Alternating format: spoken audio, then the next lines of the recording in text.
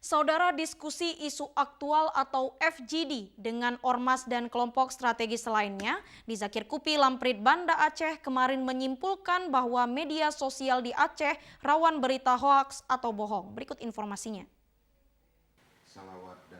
Fokus grup diskusi FGD yang diselenggarakan Kesbang Pol Aceh menampilkan pembicara Yarmen Dinamika, pengamat media sosial, tentang cerdas memaknai antara realitas dan hoak jelang pemilu 2019 dan dipandu moderator Zubaida Azwan, aktivis perempuan.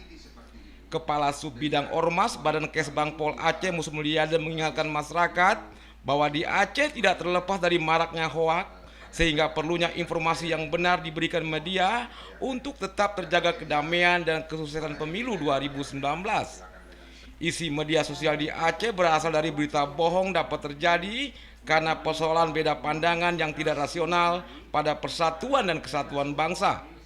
Sedangkan Yarmen Dinamika menyebutkan media sosial merupakan media rawan berita bohong atau hoak, sehingga postingan harus memperhatikan konfirmasi ulang agar masyarakat dapat memastikan kebenaran informasi.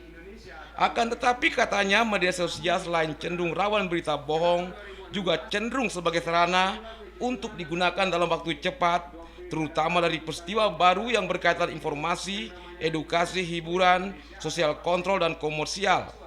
Jadi kalau ada postingan di media sosial yang menyebabkan kebencian, fitnah atau hoak, jangan langsung terlibat di ruang publik. Mari menjadi insan yang cerdas dalam menggunakan media sosial, tulisan wartawan dalam rangka kenyamanan dan tidak bermasalah jelang Pileg maupun Pilpres 2019 yang akan datang. Tim Liputan TVRI melaporkan.